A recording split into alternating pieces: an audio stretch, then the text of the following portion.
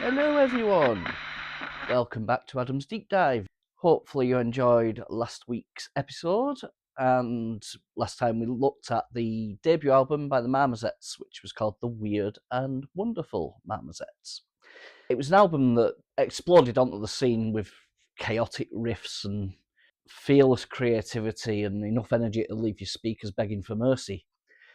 But today we're moving on to the follow-up, Knowing What You Know Now, which was released on the 26th of January 2018, and it was produced by Gil Norton, who had previously worked with bands like the Pixies, Jimmy Eat World and Foo Fighters, and it makes such a huge difference to the band's sound.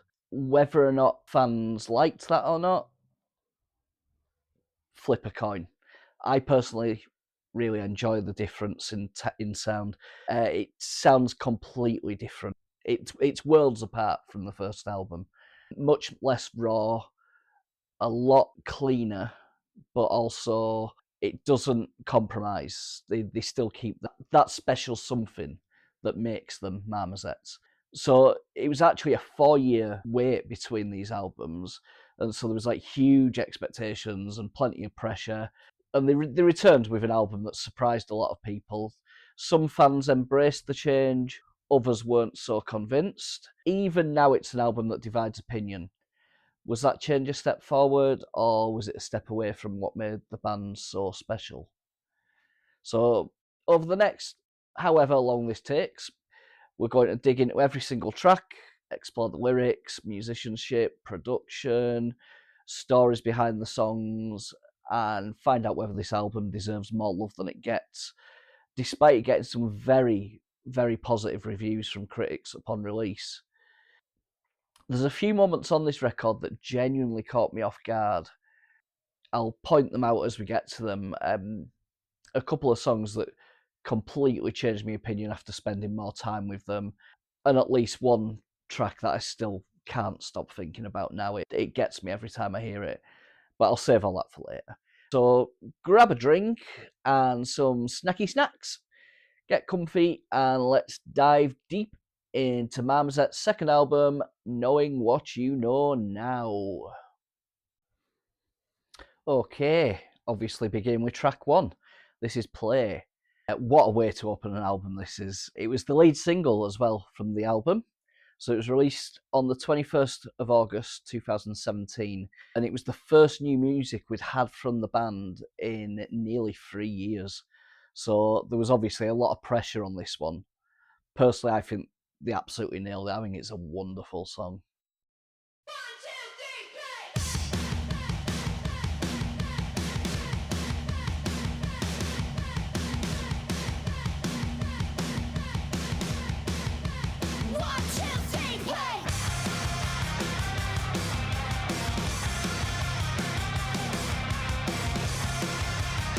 Straight away you can tell the band's evolved. Like the riffs are still weird enough, so you instantly know it's Marmozets, but everything feels a bit bigger, and it's punchier and a bit more polished. This is one of those songs for me that it just totally gets stuck in your head immediately, and it really sets the tone for the rest of the album as well.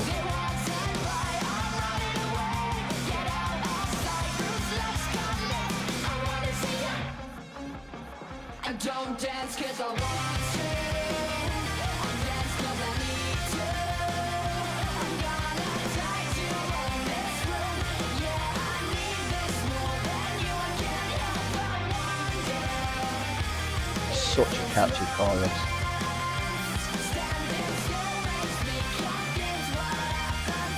Sam's guitar work on this is so good. That's so heavy, I love it. What's interesting though is underneath all the energy, it's actually quite an emotional song. Becca apparently wrote a lot of the lyrics after going through the end of the relationship when she was on holiday in Los Angeles. So it's actually, it's about ending relationships, which I never realised for quite a while. But instead of writing a song that's all doom and gloom, they've turned it into something quite uplifting. So it's like basically about finding a healthy way to let everything out. instead of just bottling it up and letting that misery settle inside you. It's like that line, I don't dance because I want to, I dance because I need to. It's not about having a dance because you're in a good mood, it's about using music and rhythm as an escape. So like, almost like a therapy, and just try to keep yourself moving, and when life gets difficult, just use dancing to sort of forget about the bad things.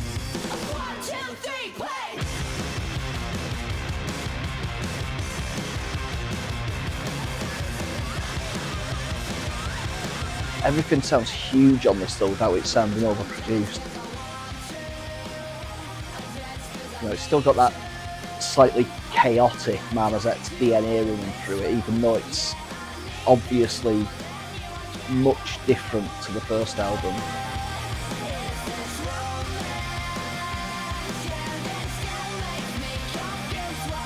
And when it came out, it did exactly what it needed to. It got people excited again about the band, and also showed that they weren't afraid to move the sound forward. Strangely, it was actually used on a WWE pay-per-view, the NXT TakeOver War Games, so it introduced the band to a bigger audience outside the UK, so probably the first time people in the US really heard the band. So for me, it's exactly what an opening track should be. It's energetic, it's emotional, ridiculously catchy, and it tells you straight away that the album isn't just trying to copy the debut, which is very important. It's a band growing up, trying new things, and doing it with a huge amount of confidence. Just, an absolute 10 out of 10 opener for me. It's so good. Right, track 2, Habits. So this was the second single of the album. It's strangely enough, they actually released all 3 singles off this before the album came out, and they never released any after it, which is quite an unusual way of doing things. But I love how this follows on from Play. It's got a very similar vibe to it in terms of the tempo and the energy and everything. But while that was about release and moving forward, this is more like introspective, sort of looking at why we keep falling into the same patterns, which actually is a bit of a theme throughout the album. There's a few songs that definitely hint at that whole going back to things, which, again, they did on the first album with Back to You and Particle. So it seems to be an ongoing theme for the band. But this is Habits. The opening riffs on this are absolutely wonderful. And weird. Yeah, just pure excitement.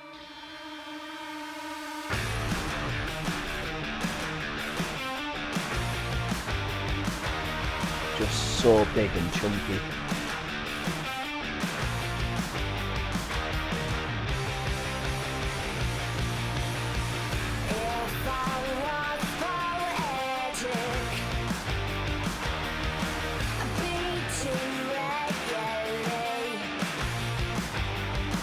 Musically, it's classic Marmozets. I'd say a little bit more restraint. The verses are quite tense, but then the chorus sort of explodes. It's quite a big chorus. And Becca's vocal performance is brilliant as always. Shifts between that vulnerability and power. The drums are absolutely on fire. Josh is so good on the whole album. And those guitar riffs from Jack and Sam are just so catchy. And Will, who I haven't really mentioned actually on the last album, I really should have done. Like, his bass keeps the whole thing racing along.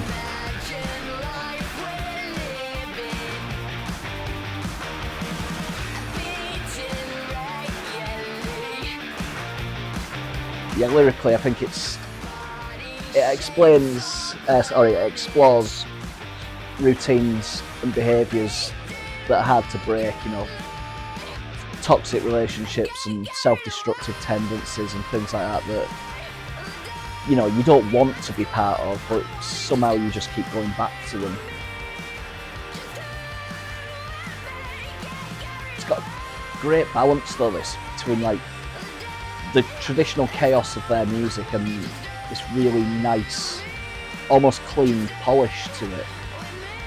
The guitars and that's so sharp, and rhythm section's tight, and the mix as well, like the production's so much cleaner, and it gives everything a space without losing that intensity, which must be a difficult thing to do when you're actually producing an album.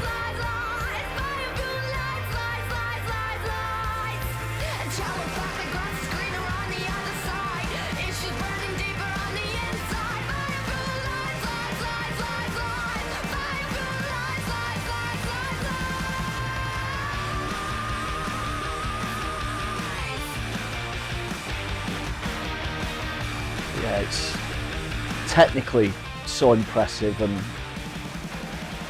still sounds completely like them, but without copying their, you know, the first album again. Yeah, definitely changed enough to warrant the album's existence.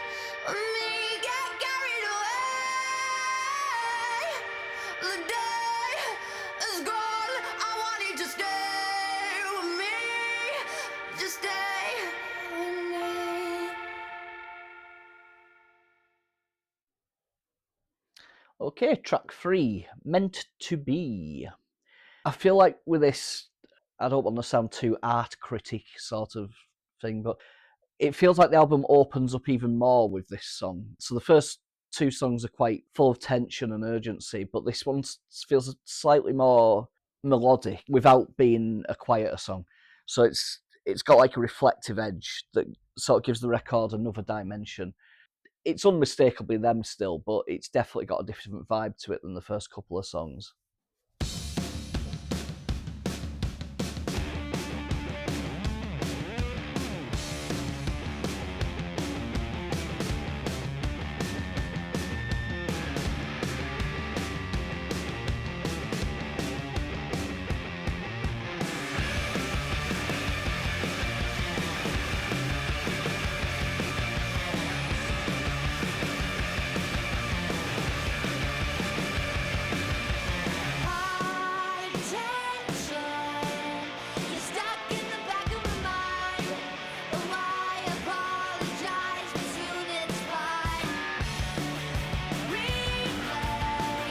The verses build nicely in this, you know, stripping back the bass and that for the first half, and then the chorus lands with like such force there.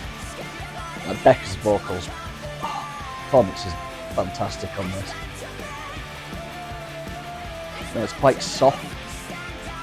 Well, on the verses, softer than the usual style, and then raw power with complete confidence in the chorus. It's just flips from one extreme to the other.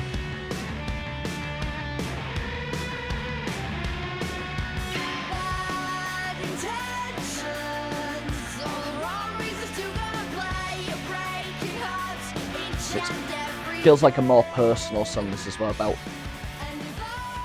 it touches on fate and identity and that push and pull of relationships.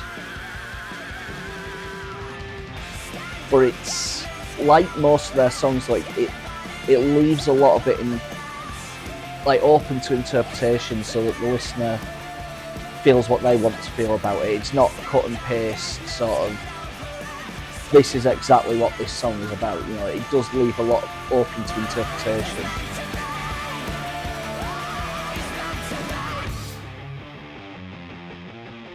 And you know when you have a breakdown in a song like this as well, it's always going to come back strong.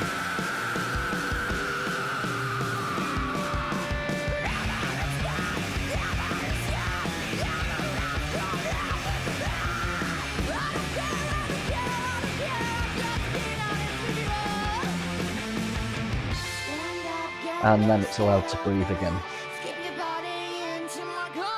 I think this is a track that it rewards repeated listens. There's a lot going on beneath the surface of it. It's really layered, the instrumentation on it, and there's an emotional weight to Becca's delivery that's a little bit different from some of the other stuff. And as the third track on the album, it helps broaden the record's emotional range early on. Balances the intensity of something a little more thoughtful. And it's a strong addition that keeps the album moving along nicely. And that is just wow.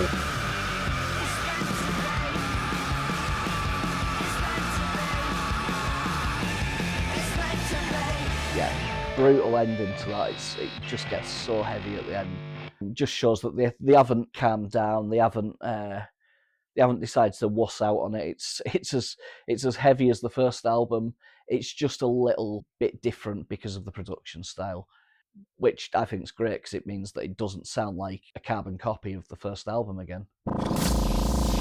Oh, it's snacky snack time.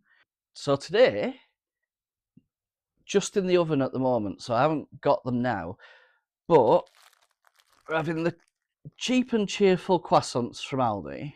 So I normally get the specially selected ones, which are like £2 something for 4. My mum noticed these the other day. They were £1.49 for 8, and I thought I'll give them a go. Because I've had a couple with butter on, and they were all right. They're not as good as the regular ones I get. Sort of more like a brioche than a croissant, actually. But I decided to try them with this that I just got, because this looks tasty. Pistachiocreme spread. So I thought, give that a go on them. So I shall report back. Track 4.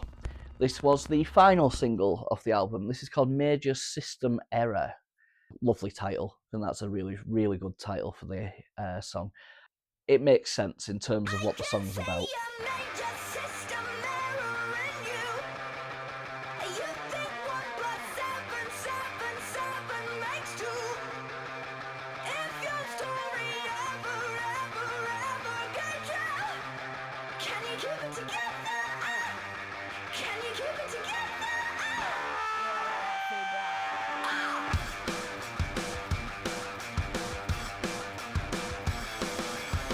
Again, Josh's drumming, so good.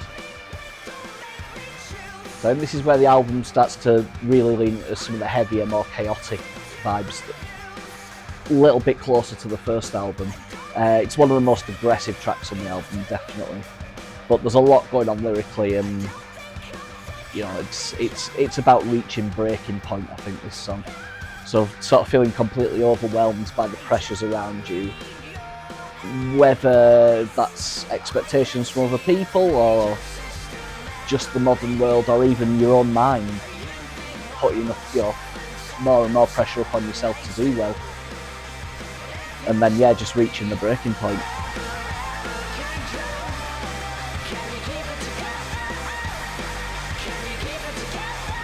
Becca delivers one of the most ferocious vocal performances on this as well. Like those screams, well, they're not even screams, they're like yelps at the end of the line there. Just so different. And so she's constantly switching between like these soaring melodies and those like trademark screams that she does so well, which sort of perfectly captures the frustration and emotional exhaustion and what the lyrics are trying to express. So it's almost like the vocals become another instrument, like adding to the chaos rather than just carrying the melody of the song.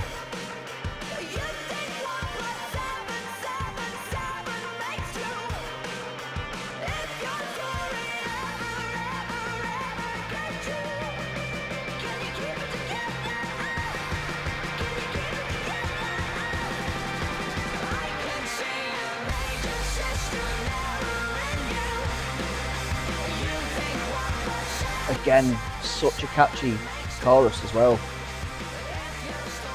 But musically, it's absolutely relentless. Like Jack's guitar work, it's so good. It's just all these dissonant chords and jagged riffs and sudden shifts in dynamic. And the drums and bass are just keeping everything feeling urgent and unpredictable.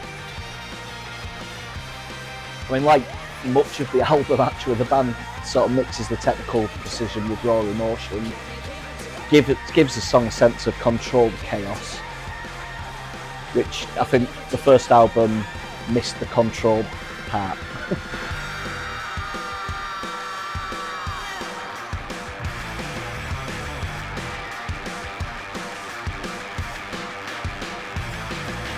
Yeah, lyrically, I think there's also a sort of commentary on the pressures of modern life in there as well. So the idea of like people functioning like machines, they're constantly expected to perform without stopping, which obviously fits perfectly with the song title.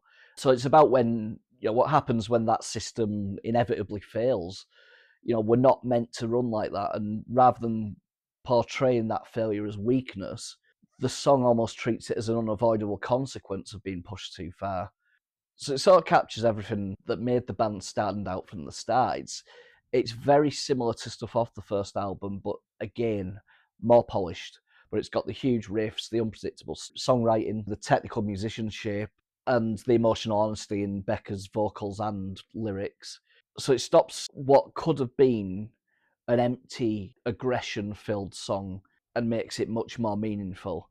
And sort of within the flow of the album as well, I think it serves him as an important purpose because it gets away from the more melodic moments of, say, the last song, and it injects like a huge burst of energy, and it reminds listeners that they haven't lost any of their intensity, and it's loud, it's chaotic, it's emotionally charged, and I think it's one of the biggest adrenaline rushes on the album. It may not be as out there as something like Vibertech off the first album, but it still hits you like a ton of bricks. On to track 5, Insomnia. This is a definite change of pace from the last song. This is one of the album's most emotionally honest tracks, I'd say. It's a little bit more, not stripped back, but a bit quieter.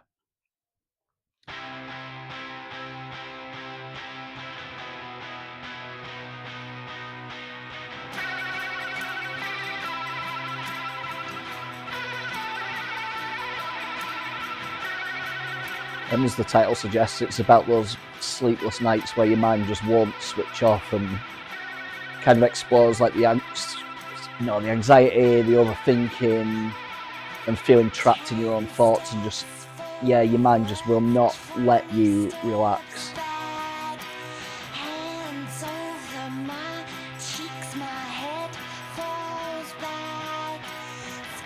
The voice is so different on this song. It's like, it sounds almost childlike.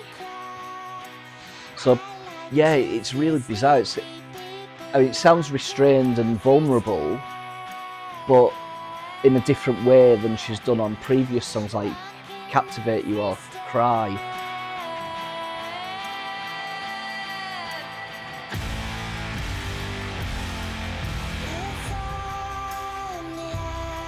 Builds nicely though, this song, even now, like the chorus now, each time the chorus happens in the song, it builds and builds more and more.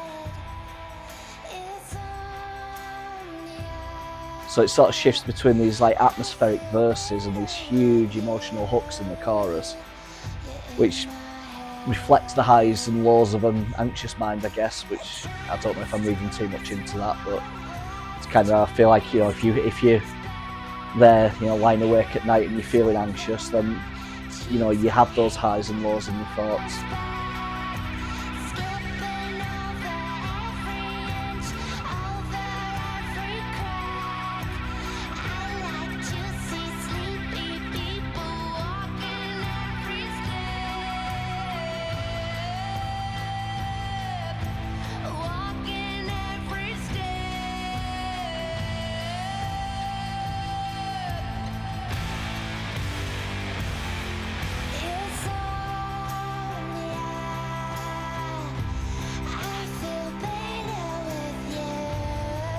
There's a quiet intensity to this chorus. Yeah, it's got something about it despite being very, very simple.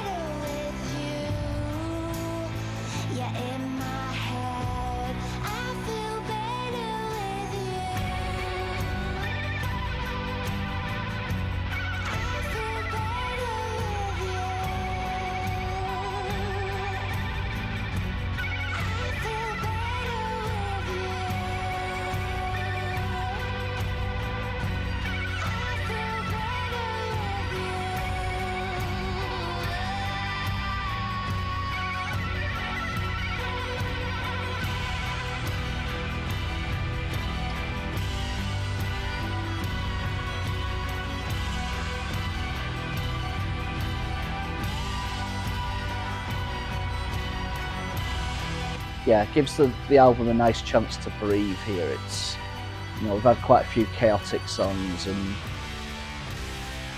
I think this comes at the point where it's definitely needed.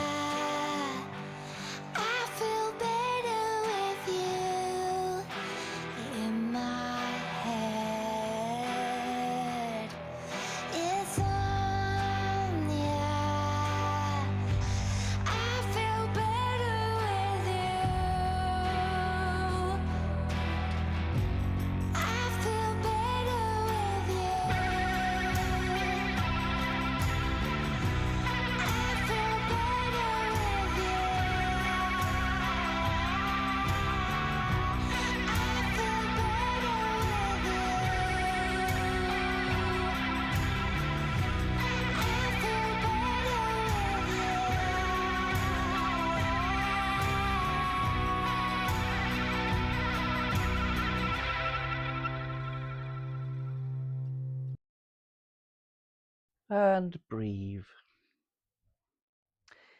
Right, next track, Lost in Translation. This definitely brings back the excitement and chaotic side of the band after Insomnia.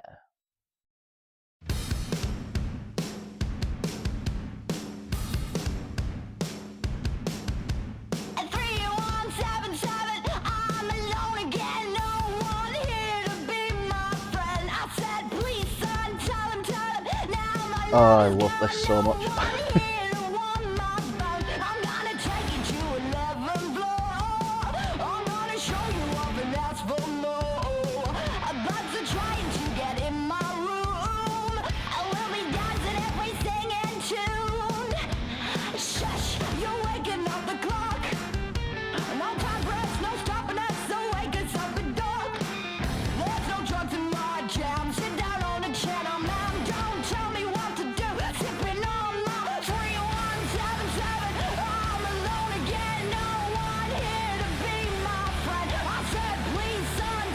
Oh, it's so heavy and so dark sounding.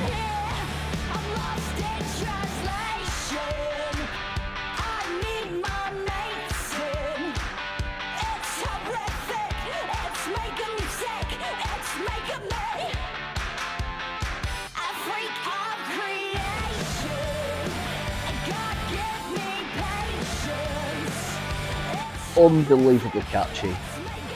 Unbelievably catchy, yeah.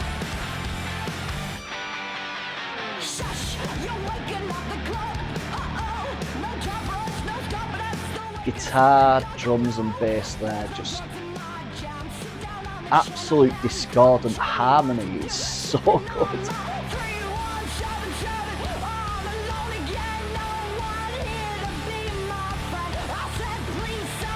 Just propels forward this song so much. It's just, there's just an urgency there in it that's just, oh, it's just beautiful.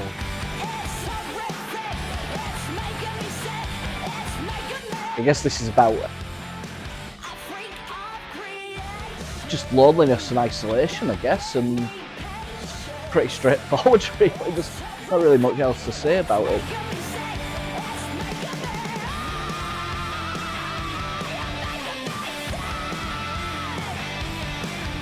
Except to praise Becca's vocals, of course, and those drums, just everything about this. This is like, oh, easily top tier Marmozets for me.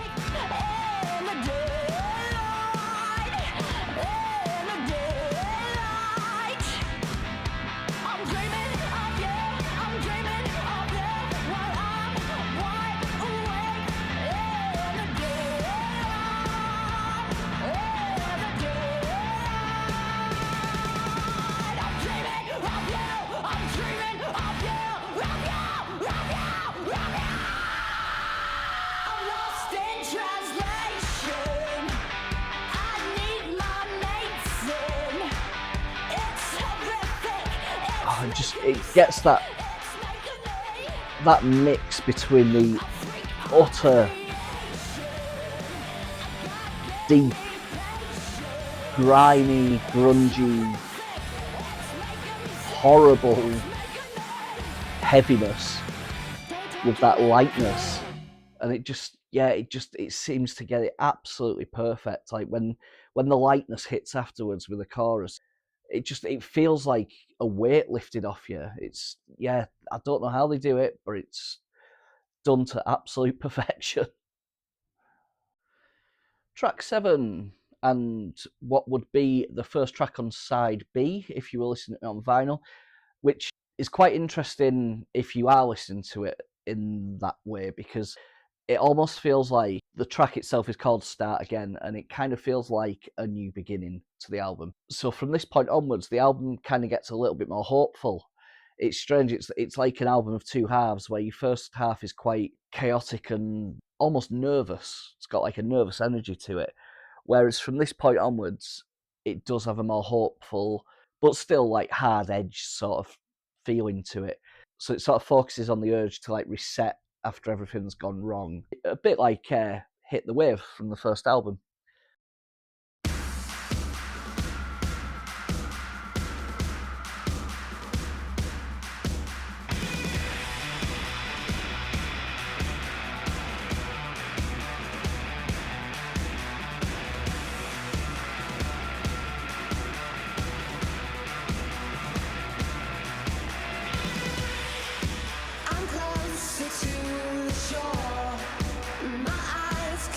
It's got a nice groove to it, this one as well.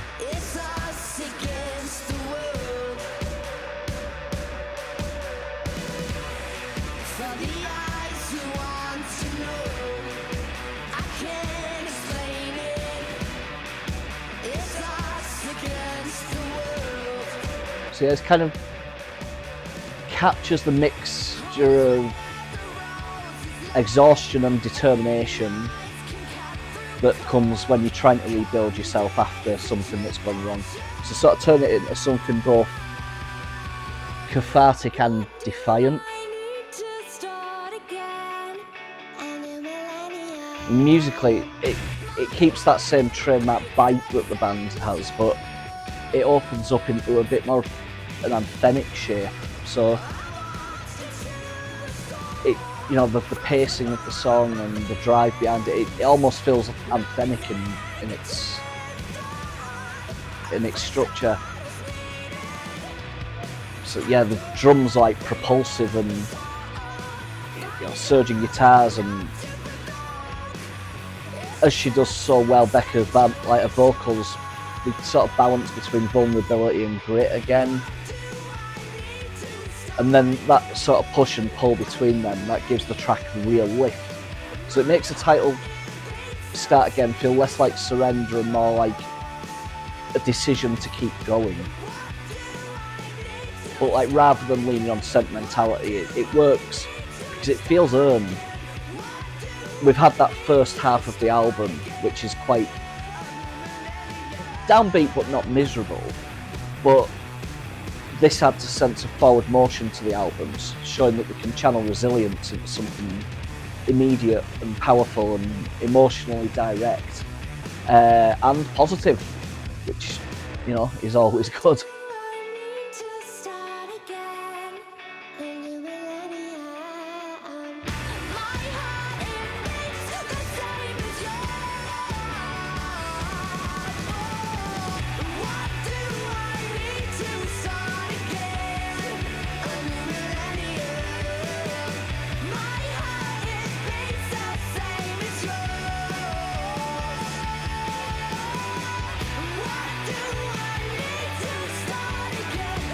And of course it's very catchy yet again.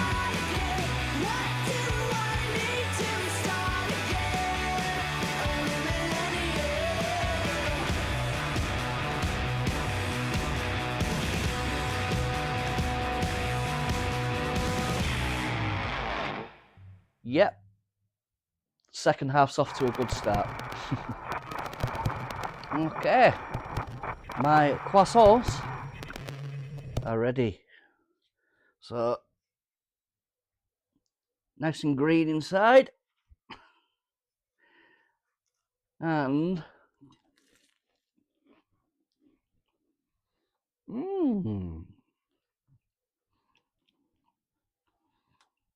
They are nom nom. Oh yeah. Yeah, totally works. Wow. They're fantastic. What a difference from just having the butter in them. Whoa, my giddy aunt. Track 8. This is Like a Battery. Personally, my least favourite track on the album. It's not bad, but something about it just doesn't quite connect with me on this one. But we'll go into it anyway.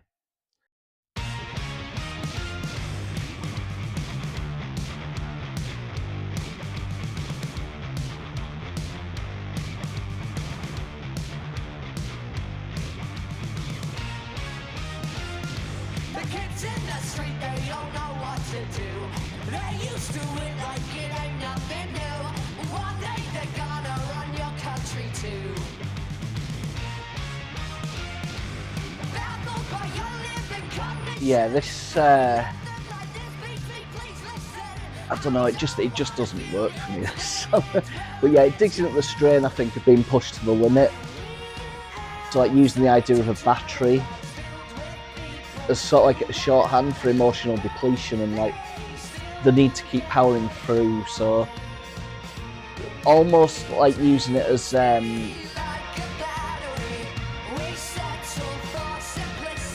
it depleting and then being recharged and depleted and recharged, and but never quite getting back to your full 100% again.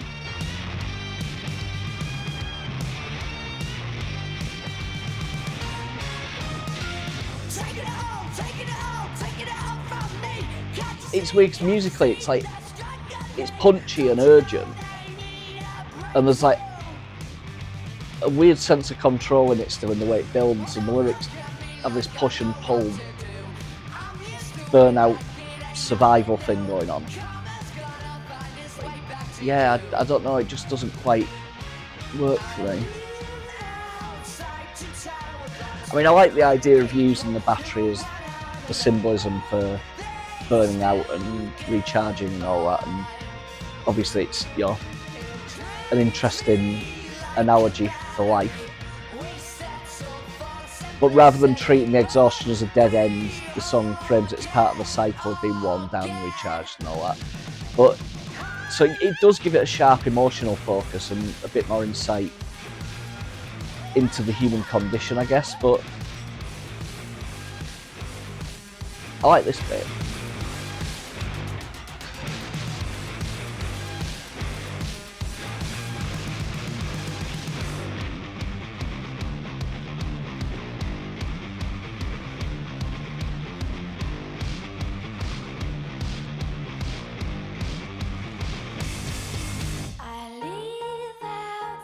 And nice to hear him using piano again, actually.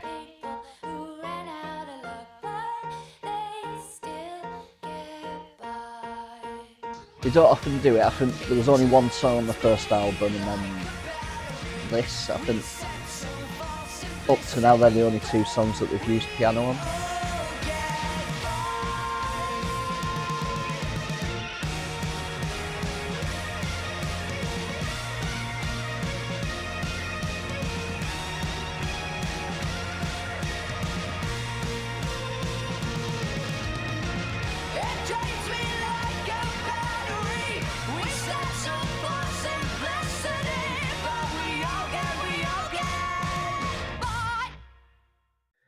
Okay, on to track 9, New Religion. And no, it's not a cover of the Duran Duran song of the same name. This is probably one of the most urgent sounding songs on the record, I think. It's got something about it that like really makes you feel like it's propelling along. It's got, like I say, a definite urgency about it, almost to the extent that it sounds like it could go on the first album.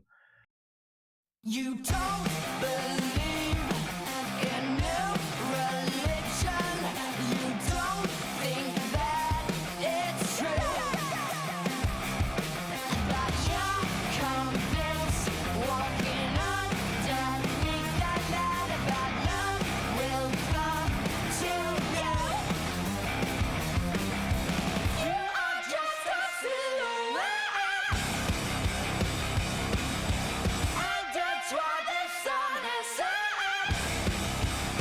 So yes, there's that urgency there, but there's also like there's almost like a hint of uncertainty. Like as if they don't know where the song's going from bit to bit. It feels like it's questioning whether conviction is empowering or just another form of escape, maybe. But musically, it matches that tension with a forceful, forward-driving arrangement. Like I say, it just constantly feels like it's propelling forward. So it gives it a real sense of momentum. Definitely leaning into some of like the bigger hooks here and like the more catchy elements. Keeping that jagged edge to the song that they're known for. That's why I said like it feels like it could go on the first album. So it never feels too polished. It like helps sort of preserve, that raw energy that the band has. I think Josh's drums were an absolute standout on here. They're so energetic and focused.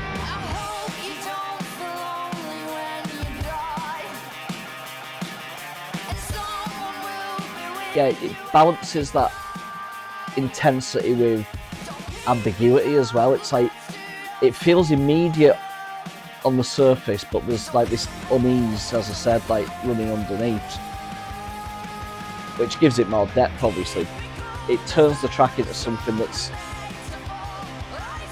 about searching for something as a meaning, as much as it is about delivering a punch. Because like I said, the song is so punchy and aggressive and like the first album, but there's this weird uncertainty underneath that just it gives you more to think about than some of the tracks on the first album. Like anything like this on the first album would have been about getting up after a night out drinking.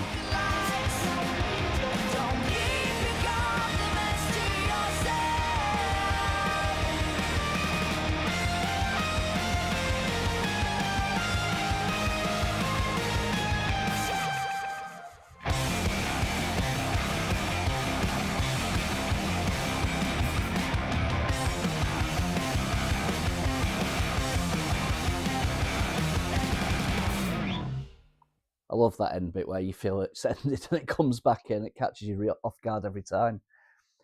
Yeah, another really good song. I like that one. Nice energy to it. Pulses along at a really good pace.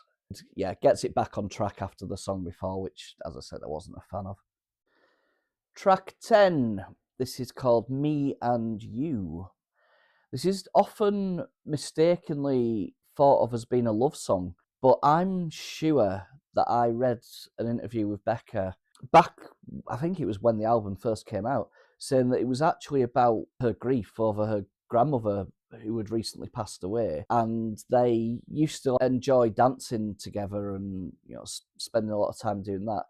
And this was about like the ache of the loss of her grandmother and the idea of seeing her again, in an afterlife. So yeah, I'm a bit confused as to why people think it's a love song, really.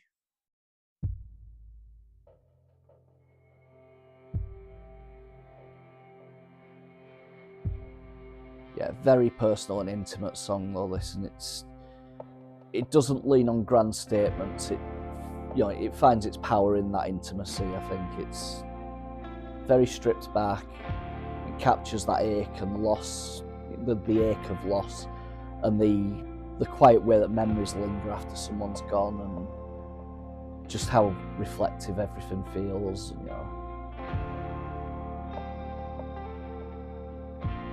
It's very grounded though, this song. I made it there just in time. I think this is the most beautiful her voice has ever sounded on a song as well. Heaven stole her for glory. Well, I'm left on the other side. I know I'll see you one day, far, far away, in a beautiful world where I hope to dance with you. We'll be together, just me and you.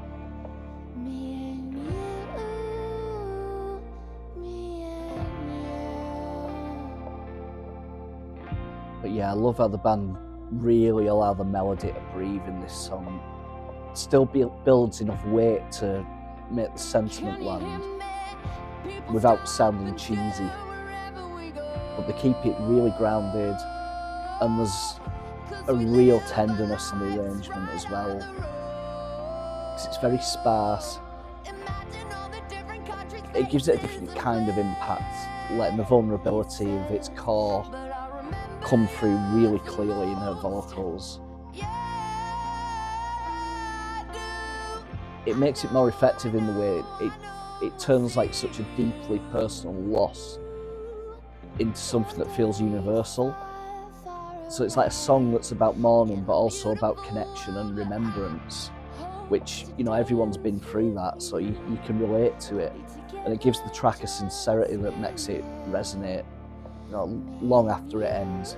So this is a song that I always sort of remember back to, and it always hits me quite hard.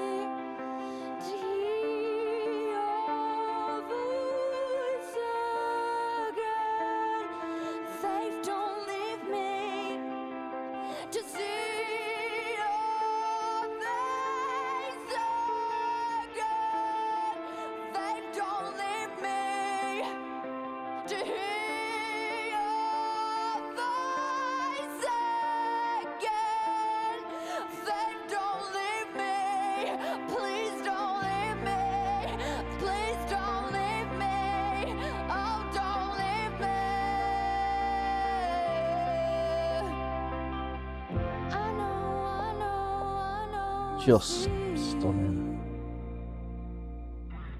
One day, far, far away, in a beautiful world where I hope to dance with you.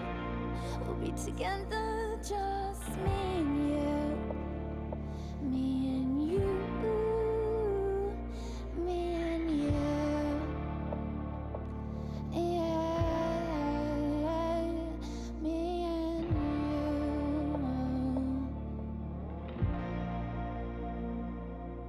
Yeah, easily the most open and vulnerable Becca has ever sounded on a song. Just, yeah, 10 out of 10. Beautiful. I can't recommend that highly enough. That just works so well. I want more now. I've had 2, but I want more. So good, but it does make me wonder how good it'd be with the specially selected croissants that are way better than these croissants. I guess there's only one way to find out. Yeah, well, I'm going shopping on Thursday, so I'll get some more and we'll find out. I'd go with a 9 out of 10 for that. Superb. Okay, on to the penultimate song. This is Suffocation. Very different, and you'll understand why as soon as it begins.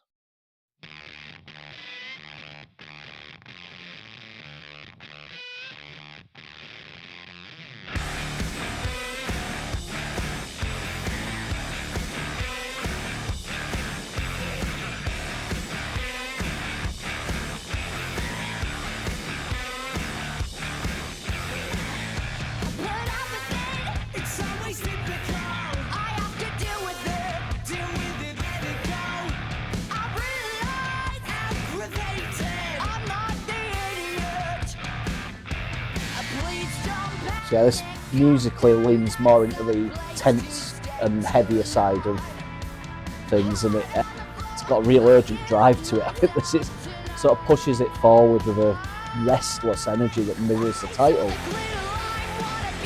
So yeah, they let the song build and tighten, and it sort of creates a sense of claustrophobia before it opens it up enough just for the emotion to hit with full force in the chorus.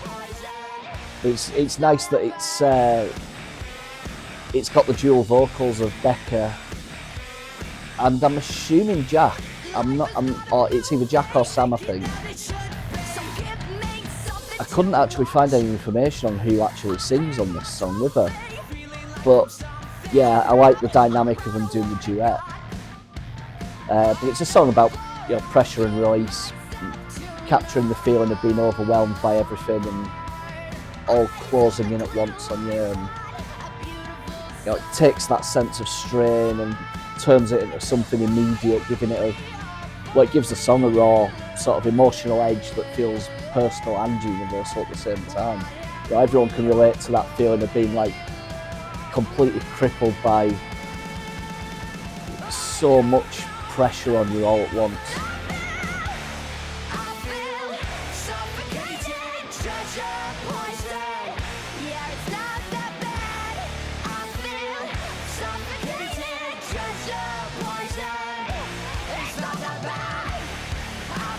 Yeah, I love how heavy this is though. Yeah, it basically transforms the idea of the anxiety into like catharsis, like that. You don't just sit in discomfort and wallow. You know, it channels it into a final burst of intensity and like leaves the listener with a song that feels as exhausting as it is exhilarating. So you get that suffocating feeling from the song itself. As it builds and builds towards this huge ending.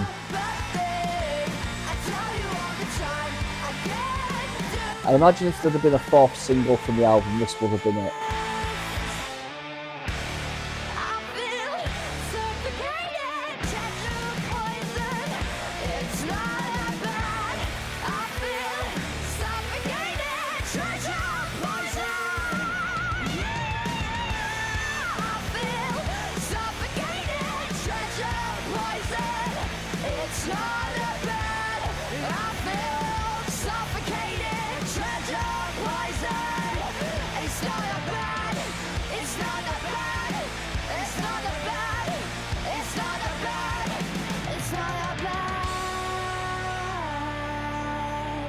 Amazing drumming yet again. Yeah, great sort of final burst of energy for the album, I think, before the end, because as you would expect, the last track's a little bit more introspective. It's not a quiet song by any means, but it's definitely not as full-on crazy as some of the stuff is. That's a nice little final burst of energy, I think, before this. Back to the root, but still not sounding like a copy of it all. Okay, final track, Run With The Rhythm. Now, I think this was meant to be a single because there's definitely a video for it. I've seen the video and it's really good. Highly recommend you watch it on YouTube. It's such a good video. So, yeah, I do get the impression that this should have been a single, and it feels like it should have been. It's, along with Play, it's probably my favourite song on the album, I think. But it's really good because it closes the album with like this burst of momentum, that almost like a release of everything that they've built up across the record. But it's done in a way that's quite straightforward compared to their usual style. It's more of a slowly building epic finale without any of the sort of trappings of their usual math rock and screaming and everything. It just feels more, like I said, epic and anthemic. But it's an absolutely fantastic song. My only issue with it is it should be longer.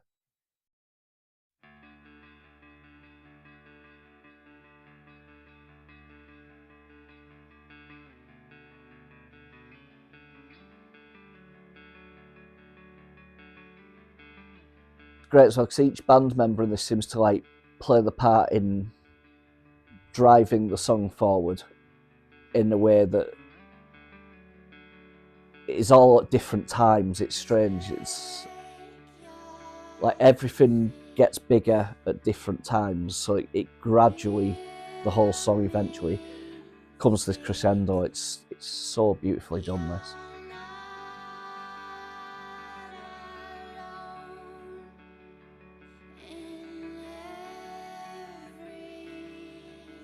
And of course, Becca's vocals there, they have this urgency and control to them, and it gives the song its emotional centre. While the guitars looking like a sharp propulsive pattern that keeps the track moving. And then eventually when it comes in, the bass adds weight underneath it all as well and grounds the song without slowing it down and gives it like a proper momentum. And then the drums,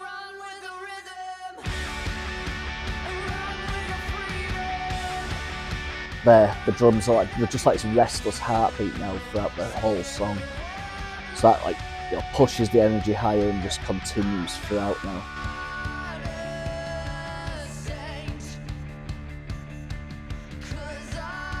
But it's just so, sound in this song is just so addictive. It's like, I just feel like I could listen to that for hours.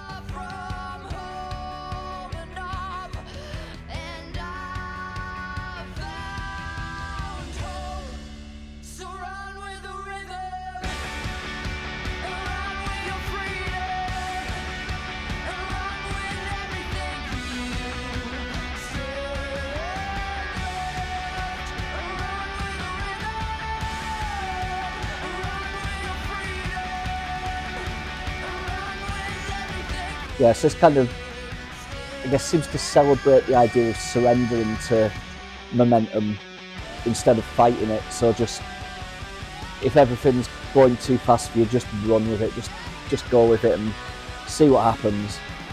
And so it feels like a reminder to sort of trust your instinct and keep moving and find strength in the chaos rather than being overwhelmed by it. And I think as a final track, it leaves the album on a note of release and resilience, and it ends things with a sense of freedom that feels earned after all that you've listened to.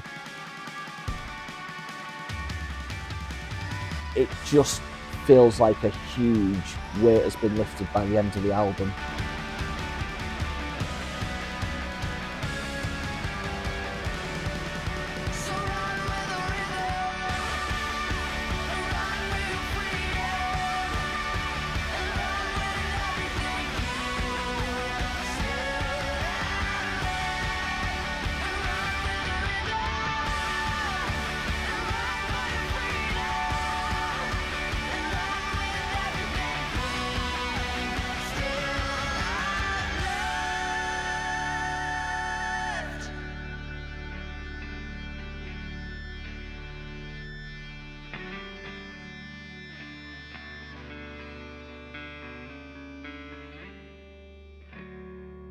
Yeah, perfect ending to the album. Perfect. Leaves me speechless every time.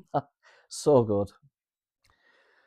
Okay, not really much to say about the artwork.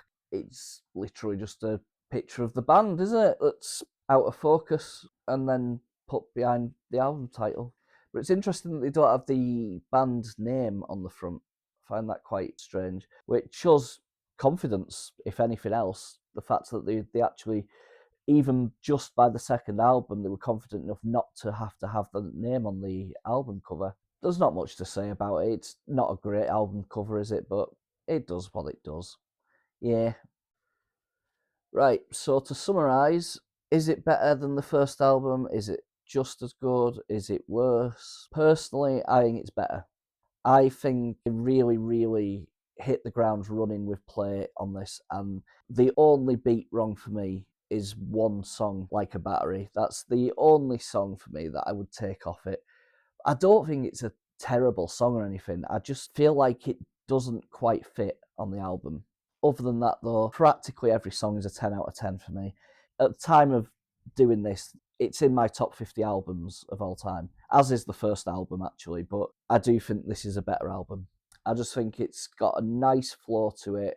It's about the right length, and everything just seems to work for me. But that's all down to personal preference. Let me know in the comments what you think compared to the first album. Tell me your favourite songs on it, least favourite songs, why you like songs, why you don't like songs, why you don't like the album or do like the album. Get in touch, let me know. Don't be afraid to speak up. So next week we'll be moving on to their third album, Cowardice.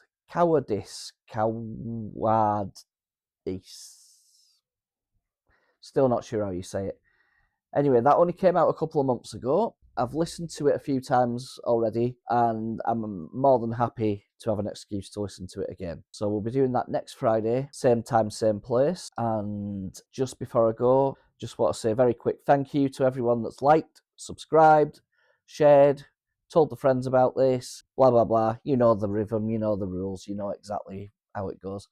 But yeah, all the better to see you guys, and I shall see you next week. Goodbye.